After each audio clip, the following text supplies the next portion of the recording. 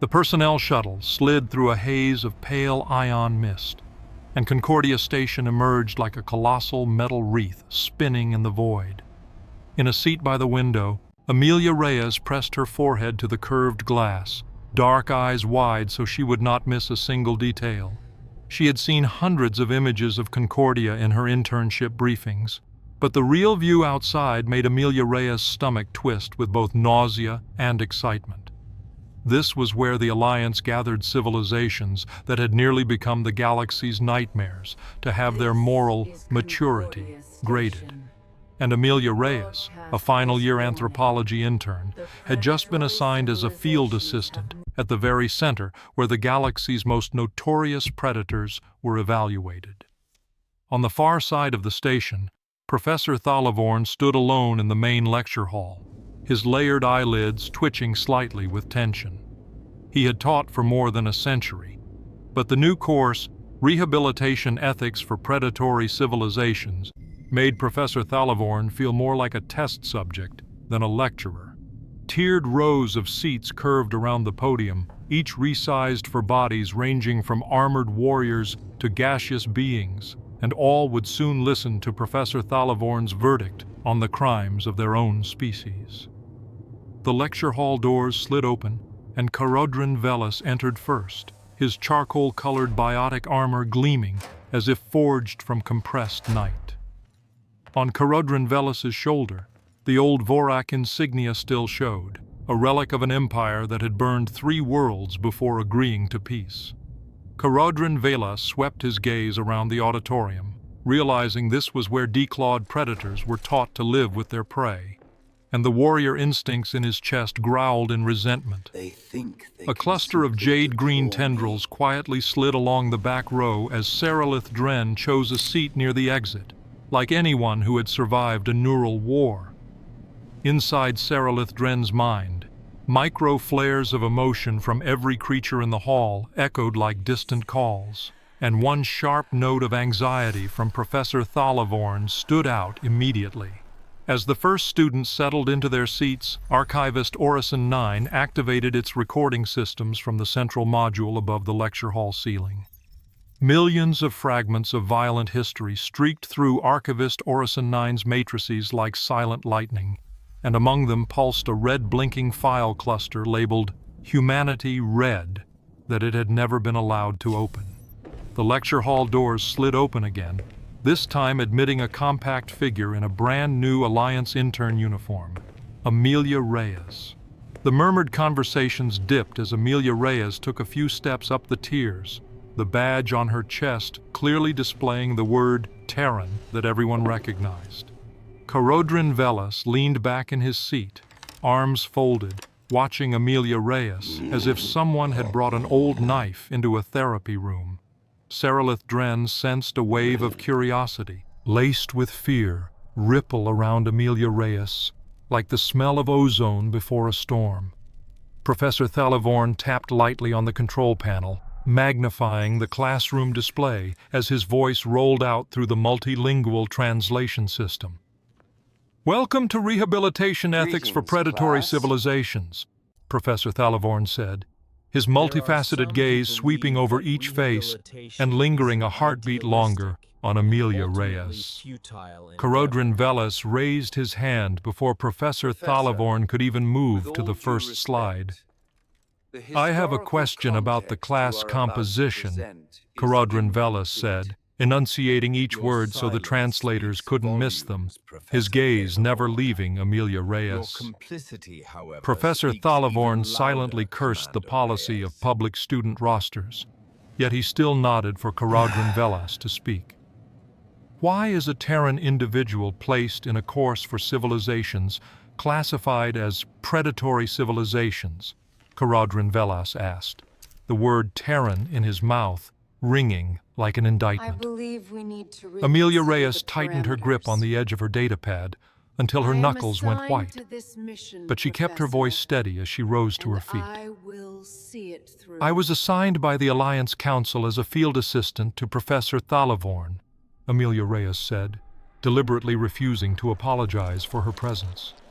A ripple of whispers spread, and Seralith Dren felt an ancient fear of humans rise from the collective memory of at least 3 civilizations in the room. Professor Thalavorn raised his hand for silence, his eyelids closing and opening like a visual sigh. "We are not here to debate the Council's decisions," Professor Thalavorn said, "but to understand why you, and sometimes even we, became the nightmares of other worlds." In the ceiling, a circular glow opened, revealing the crystalline core of Archivist Orison 9 as it adjusted data priorities for the first class. Archivist Orison 9 tagged Professor Thalavorn's course as high risk, high value, and flagged the presence of Amelia Reyes as a critical observational variable.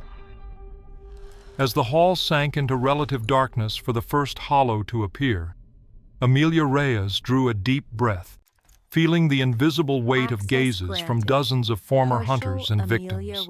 In the data chamber, an authentication sequence triggered, and Archivist Orison 9 received a system message. Human participant present. Partial release of Humanity Red authorized. While Professor Thalavorn began describing the first massacre in Vorak Imperial history, Amelia Reyes had no idea that her presence had just unlocked a secret file about humanity in Archivist Orison 9's memory core. The second day of the course began under gentle artificial light on Concordia Station, as the ceiling lamps shifted from deep blue to silver-white to mark a new teaching cycle. Amelia Reyes walked briskly along the curved corridor toward the lecture hall, clutching her datapad as if it were a small anchor in this vast structure. She had spent the night skimming the historical archives Archivist Orison 9 allowed her to access. Yet the clean summaries on the screen couldn't cover the imagined smell of blood in Amelia Reyes's mind. When Amelia Reyes entered the hall, Professor Thalavorn was already there, standing silently at the podium with the hollow still dark, as if he were awaiting his own verdict. Carodrin Velis reclaimed yesterday's seat in the middle tiers, his biotic armor shedding dim reflections like coal still holding embers. Seralith Dren again picked a seat by the emergency exit, tendrils coiled neatly while their tips quivered to the rhythm of emotions in the room. In the ceiling, the crystalline core of Archivist Orison 9 brightened a notch, tagging this second session as In-Depth Case Study, Vorak Ashen Stars Campaign. Today, Professor Thalavorn said, activating the hollow, we will begin with the Vorak Empire's Ashen Stars campaign.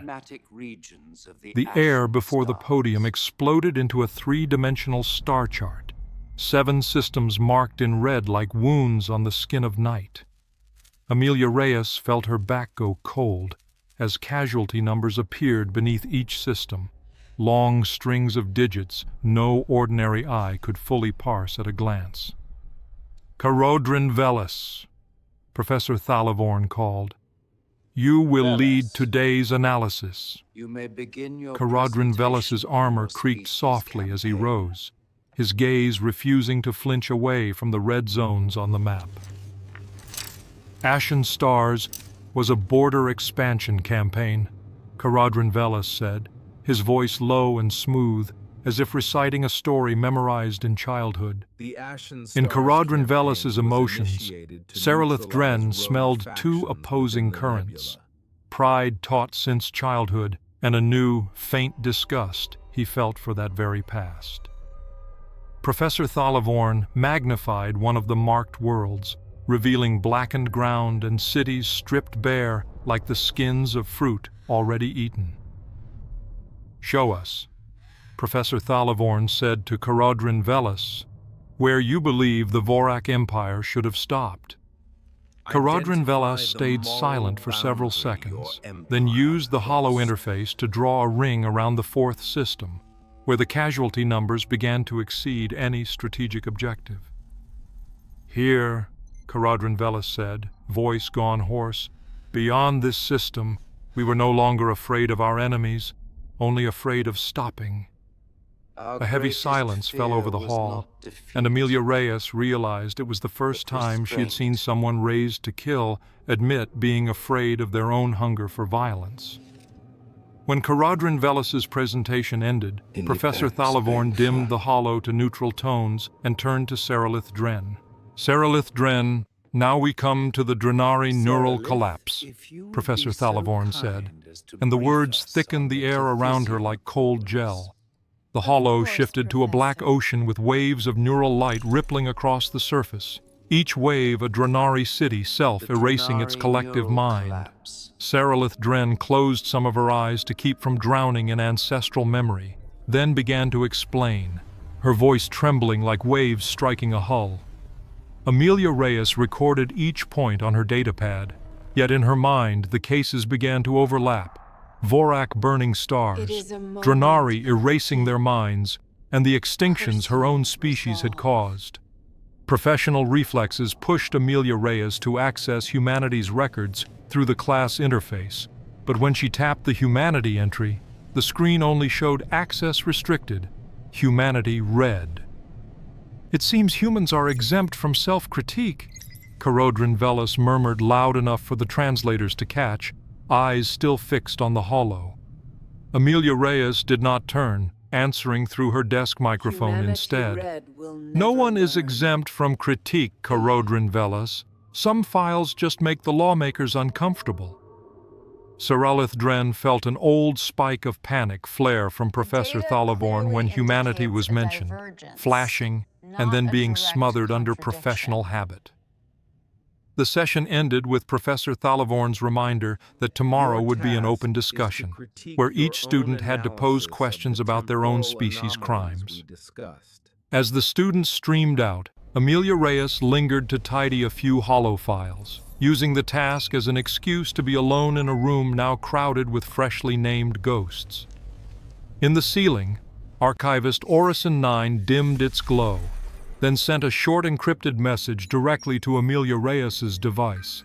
Private access request available, Humanity Red 01. Amelia Reyes's heartbeat quickened as she read the words, feeling as though someone had gently cracked open a door that had been welded shut by history. She tapped to confirm access, and archivist Orison 9 guided Amelia Reyes to a private reference chamber deep within the Institute's core. The reference chamber was no larger than a cluster of cockpits, its walls made of dark, crystalline surfaces reflecting Amelia Reyes's shape, and a secondary core of archivist Orison 9 floating in midair.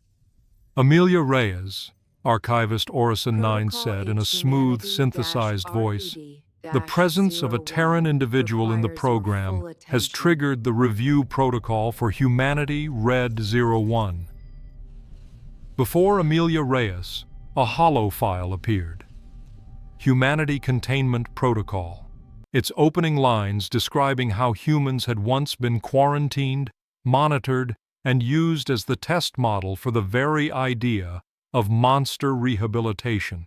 The Humanity Containment Protocol holo hovered before Amelia Reyes, pale gold lines of text scrolling down like a sentence being read slowly against an entire species. The first line Amelia Reyes focused on stated that humanity had been quarantined from Alliance space for exactly 3 centuries, under stricter oversight than any other predatory species. A smaller holo beside it showed Earth surrounded by a lattice of satellites and sensor funnels, looking very much like an animal caged in orbits.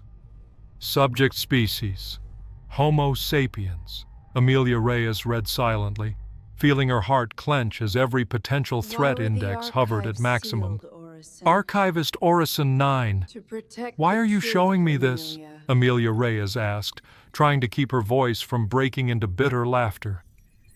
Because of protocol, Archivist Orison 9 replied, the light within its crystal core shifting to a steady pulse. When a Terran individual participates in the program, Humanity Red 01 becomes eligible for restricted review.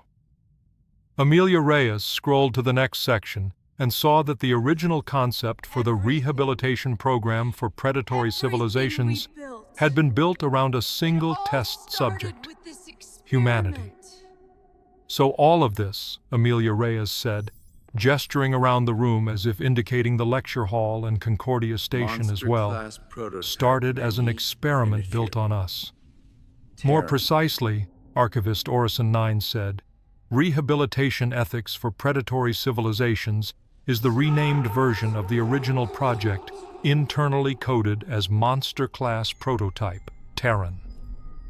A brief archival holo appeared, showing Amelia Reyes, an old council chamber, where species representatives argued fiercely over whether to integrate or sanitize humanity from history.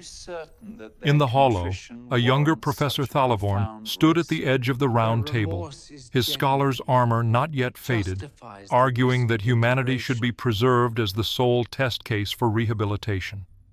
The presiding speaker in the holo asked what guarantee there was that this monster would not swing back into genocide, and Professor Thalavorn answered that humanity's capacity for remorse was the only thing worth gambling on.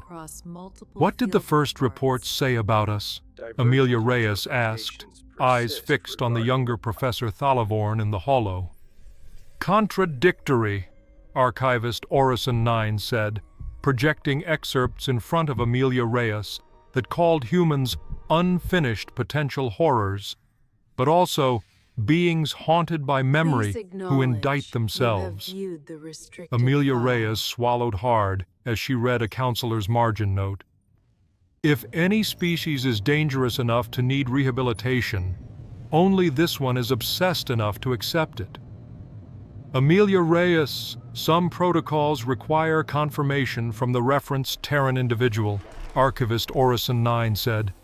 "Do you wish to log that you have viewed Humanity Red 01? The Council has Log much it," to Amelia answer Reyes for. replied, feeling as if she had just signed herself into an experiment spanning generations. As Amelia Reyes left the reference chamber, the crystalline door closed softly behind her, but in her mind, the distant roar of ancient debates about erasing humanity from the stars kept echoing. Amelia Reyes followed the quiet corridor toward the faculty offices, deciding that only one person on the station absolutely had to hear about Humanity Red 01 immediately, Professor Thalavorn. Professor Thalavorn's office overlooked a small observation pane where shards of Concordia Station's force field light slid past like star rain. We need to talk. Professor Thalavorn stood with his back to the door, reviewing old notes from his days as a council advisor on the Terran question when the chime sounded. "Enter," Professor Thalavorn said, turning and pausing half a beat when he saw Amelia Reyes cross the threshold with an expression that did not belong to an intern seeking advice. Without any preamble, Amelia Reyes set her datapad on the desk, projecting the Humanity Containment Protocol header before Professor Thalavorn. The outermost layer of Professor Thalavorn's eyelids twitched as he read the title, and he sat down as though the room's gravity had just doubled. "How long, Professor Thalavorn?" Amelia Reyes asked quietly.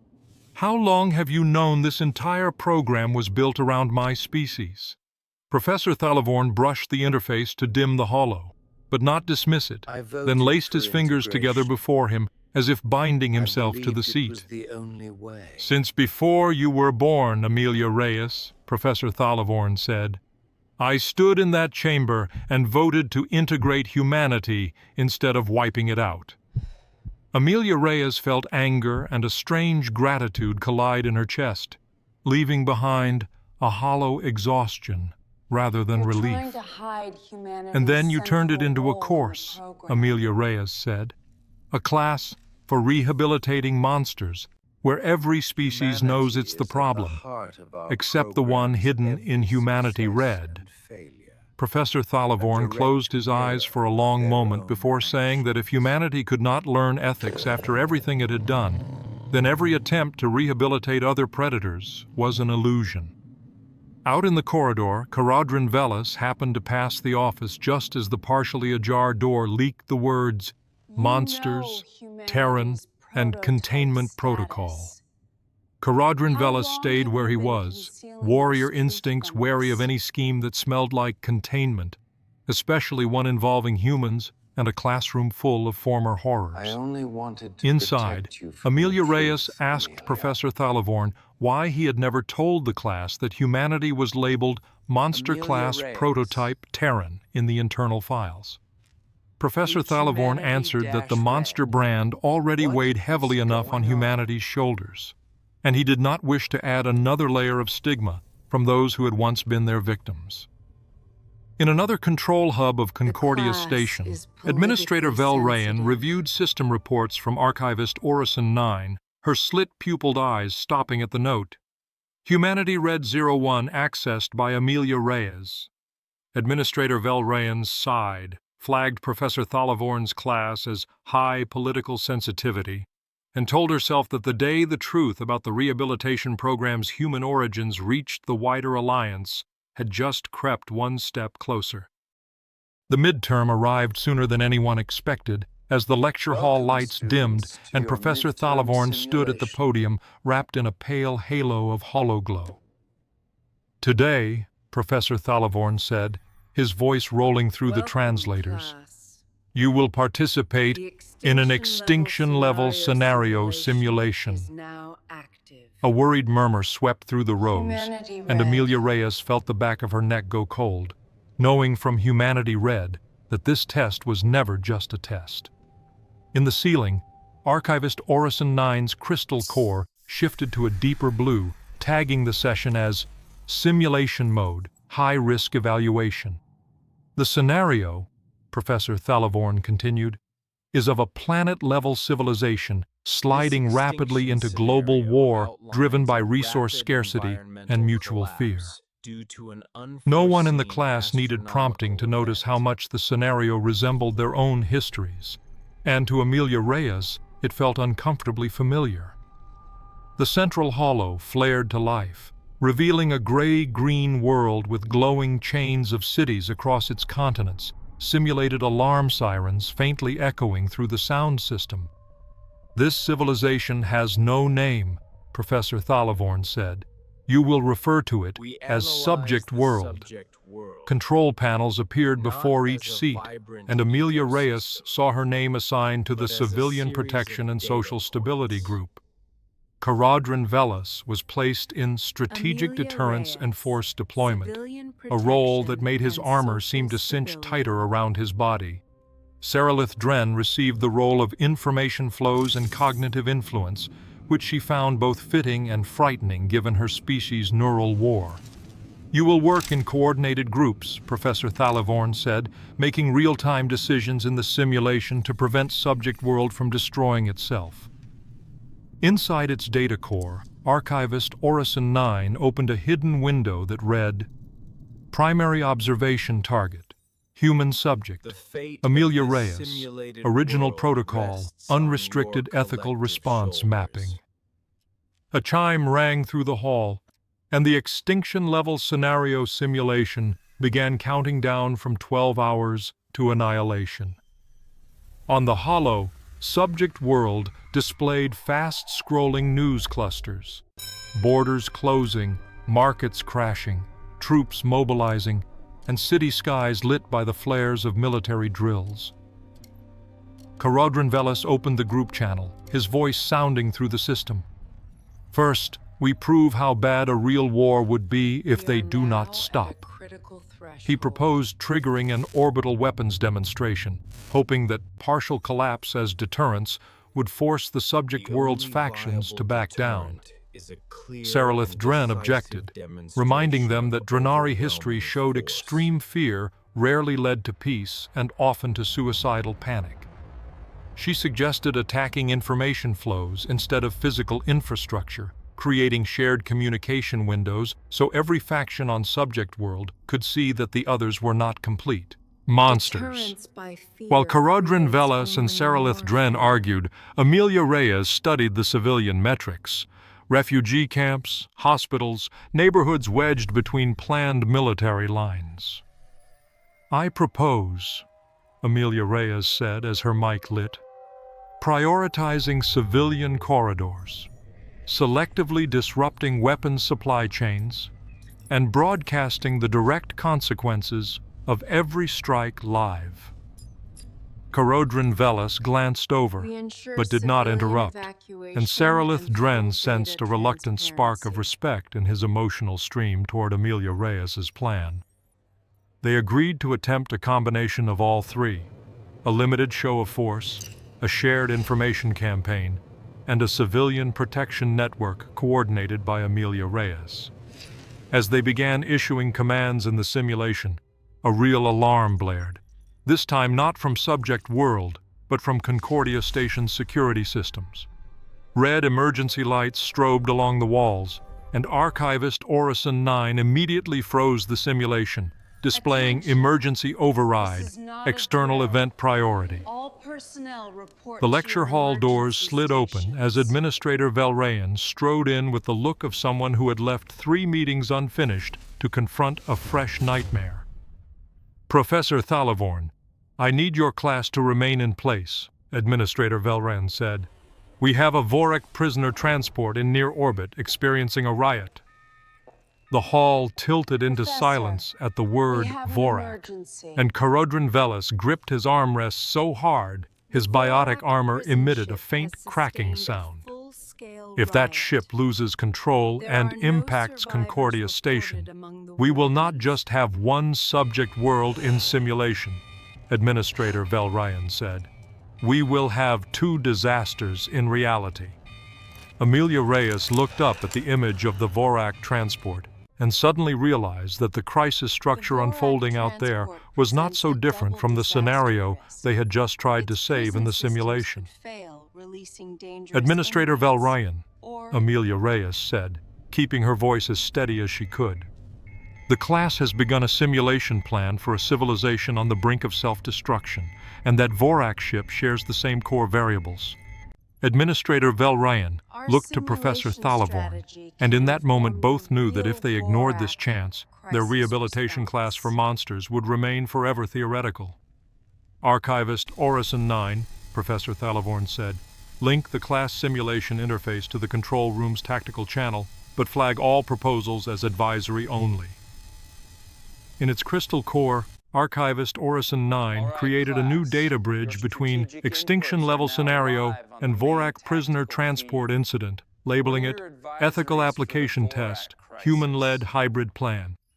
Under Amelia Reyes's guidance, the class team proposed opening an internal channel for the Vorak prisoners, allowing one of them to negotiate with the escort officers instead of letting blind violence escalate. Carodrin Velis added selective disabling of certain weapons pods and armor locks to the plan, allowing the officers to preserve warrior honor without driving the ship into a desperate red alert. Saralith Dren suggested broadcasting live images from the ship's medbay to all remaining compartments, letting the Vorak prisoners see what casualties would truly look like if they forced the officers to use deadly force. In the central control room, Concordia Station officers watched the advisory stream scroll across the tactical screen, and Administrator Velrayan bit her lip before saying, "Execute the Terran Vorak Drenari hybrid package." Minutes later, Concordia Station's alarms dropped from emergency to caution, and in the lecture hall, Archivist Orison 9 updated the Vorak incident status to stabilized with minimal casualties. In its data core, Archivist Orison 9 logged a dry assessment line. Human subject prioritized high-risk empathy over low-risk annihilation. Outcome, successful stabilization. As the lecture hall lights returned to normal, Professor Thalavorn looked down at Amelia Reyes and the other students, realizing that from now on, his rehabilitation class for monsters would never again be purely theoretical. 3 days after the Vorak prison riot, Concordia Station switched to tribunal configuration, transforming one of its grand lecture halls into a temporary hearing chamber. Professor Thalavorn stood before the hall's sealed doors, his layered eyelids blinking in a rhythm of anxiety he tried not to show. Beside him, Amelia Reyes adjusted the Terran badge on her chest, feeling as if she were reattaching a warning label rather than an employee tag. Carodrin Velis stood slightly behind, his shadow blocking part of the ceiling light, his Vorak armor newly polished as if preparing for a warrior ceremony rather than a hearing. Seralith Dren leaned against the opposite wall, her tendrils coiled into a protective ring around her body, trying to minimize the flood of emotion that would hit her when the doors opened. When the doors slid aside, the group entered and found the hall already filled with delegates from multiple departments, Concordia station officers, and a row of hollow seats for remotely linked counselors.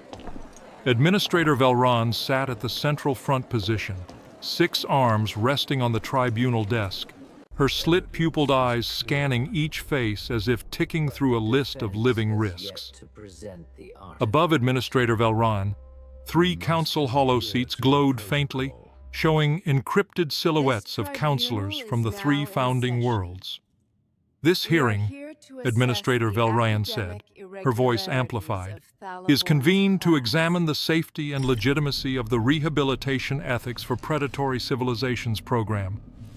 Amelia Reyes felt dozens of eyes shift onto her as Administrator Velryan added, and to evaluate the role of the Terran individual, Amelia Reyes, in recent events. Professor Thalavorn was called to the witness stand first, and he walked there with the gait of someone at least a few decades older than his biological age.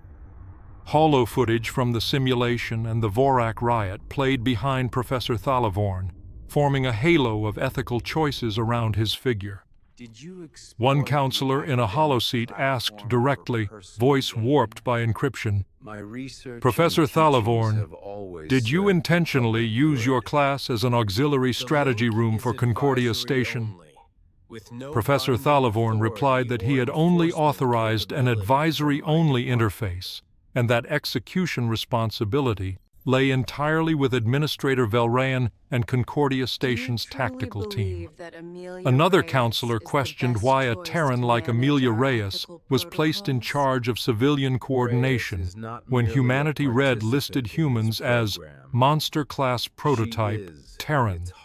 Professor Thalavorn answered flatly that if the rehabilitation program dared not let its original test subject make ethical choices, then the program itself had already failed in concept. When it was Amelia Reyes's turn, the hall seemed to contract. Chairs, ceiling lights, hollows, all receding as she walked to the witness stand. The first question for Amelia Reyes came from Administrator Velryan. Are you aware that your behavior in the simulation and the Vorak incident will be treated as precedent for every other Terran? I am aware, Amelia Reyes said, but I also know that no Terran is identical to another, just as no Vorak or Dranari is identical. A counselor asked Amelia Reyes whether she was using the rehabilitation class as a soft propaganda tool to accustom former horrors to human ethical norms. Amelia Reyes replied that if anything, it was humans in this class being forced to see their own crimes through the eyes of both victims and monsters, not one standard being imposed on everyone. When asked to describe humans in a single sentence, Amelia Reyes thought for several seconds before saying, "A species that once survived by being dangerous, now trying to survive by being useful." Her answer drew soft murmurs of approval from one corner of the room, while a few former victims of humanity's wars only watched Amelia Reyes with unreadable eyes. When it was time for statements, Karadrin Velas unexpectedly requested to testify, making several Vorak officers in the audience visibly change color.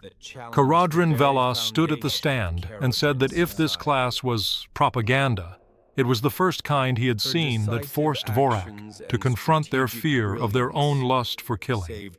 He pointed toward Amelia Reyes and said that the Terran Vorak Dranari hybrid plan had saved hundreds of Vorak prisoners, including some he had once told himself were not worth redeeming.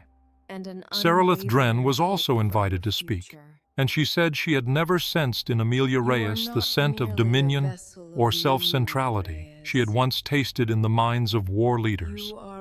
Instead, Seralith Dren said that Amelia Reyes smelled of heavy memory, the scent of beings who always carry history's ghosts behind them. After the testimonies ended, Administrator Velryan called for a recess so the counselors could confer privately over an encrypted channel. While they waited, Professor Thalavorn, Amelia Reyes, Caradron Velis, and Sarilith Dren sat a little closer together, saying nothing, but each understanding they had just crossed a threshold they could not uncross. In its data core, archivist Orison 9 noted that emotional cohesion among primary subjects increased during external threat to program continuity. When the private conference ended, the lights on the 3 hollow seats brightened again, and Administrator Vel Ryan rose, her 6 arms lifting from the desk as if releasing invisible anchors. "The Council," Administrator Vel Ryan declared, "will not terminate the rehabilitation ethics for predatory civilizations program." A ripple of quiet relief moved through the seats, but Administrator Vel Ryan raised a hand, adding that the program would be upgraded to a galactic rehabilitation curriculum under maximum political oversight. As for Amelia Reyes, the Council designated her Terran Ethical Liaison, AWAS. Title that sounded like an honor, but everyone understood was also a suspended sentence. As the hearing dispersed, Professor Thalavorn looked up at the fading hollow seats and thought that today's trial of the predators had not only judged the former horrors of the galaxy, but the very idea that monsters could learn to be better. A new teaching cycle began on Concordia Station, and the name Galactic Rehabilitation Curriculum now clung to every hollow sign in the Academy wing like fresh ink not yet dry. In his office, Professor Thalavorn looked at the new title on his screen and sighed, telling himself that a longer name would not make the work any lighter. On Professor Thalavorn's desk lay a simple hollow dossier titled Proposed Shared Oath, Dangerous Species Ethics. "Do you really think we need an oath?" Amelia Reyes asked, sitting across from him, cradling a hot drink, as if it were the only shield she had against history. Though, isn't it? "Not for the Council," Professor Thalavorn replied. "For the beings who must live with having been monsters." Amelia Reyes. Caradron Velis, sitting in a wall-side chair like an armored statue, cut in, "Vorak do not swear, we act." "That is precisely the problem," Sarilith Dren said softly, tendrils wrapped around her chair legs. "Every species thinks instinct is enough, until instinct digs a neural grave for a whole world." A draft of the oath appeared in mid-air as a ribbon of light, and Archivist Orison 9 projected a note beside it. Version 0.3, compiled from Terran, Vorak, Dranari traditions. The opening line proposed, "I acknowledge my capacity to harm and choose to live so that my memory is not only a list of victims." "To Terran," Caradron Velis observed, "Vorak do not speak of pleasant memories. We speak of battles that never need repeating." Sarilith Dren suggested adding a line, "I remember the pain I cause as an early warning system inside my own mind." Amelia Reyes stayed silent for a long moment before proposing that the oath clearly say, "I must never forget there is an option beyond fear and extermination." Professor Thalavorn nodded, adjusting the structure so the oath belonged to no single grammar, yet still rang clear through the multilingual translators. "Note," Archivist Orison 9 said, "Oath Draft 1.0. Ready for live test in primary lecture hall, session tagged, A New Oath for Monsters." Hours later, the main lecture hall was packed, not only with former students, but with new interns from worlds that had once brushed the edges of the predatory civilizations list. Administrator Vel Ryan spoke briefly, saying that from today, this class was no longer a closed experiment, but an open teaching model for the entire Alliance. As Administrator Vel Ryan stepped down, all eyes turned to Professor Thalavorn and Amelia Reyes standing side by side, a scholar who once voted to save humanity and a Terran representing the outcome of that vote. "Today," Professor Thalavorn said, "we will attempt something that does not belong to any one of our species." The Oath Hollow appeared at the center of the room, with no national emblems or species crests, just neutral lines waiting to be filled with voices. Amelia Reyes was invited to read first, her voice steady, through the translators, each sentence starting with I in Terran and becoming countless other pronouns without losing its meaning. I acknowledge, Amelia Reyes read, that I can become someone else's nightmare, and therefore I am obligated to restrain that. Carodrin Velas was the first Vorak to stand and repeat the oath, his voice turning the words into something like a compressed march order.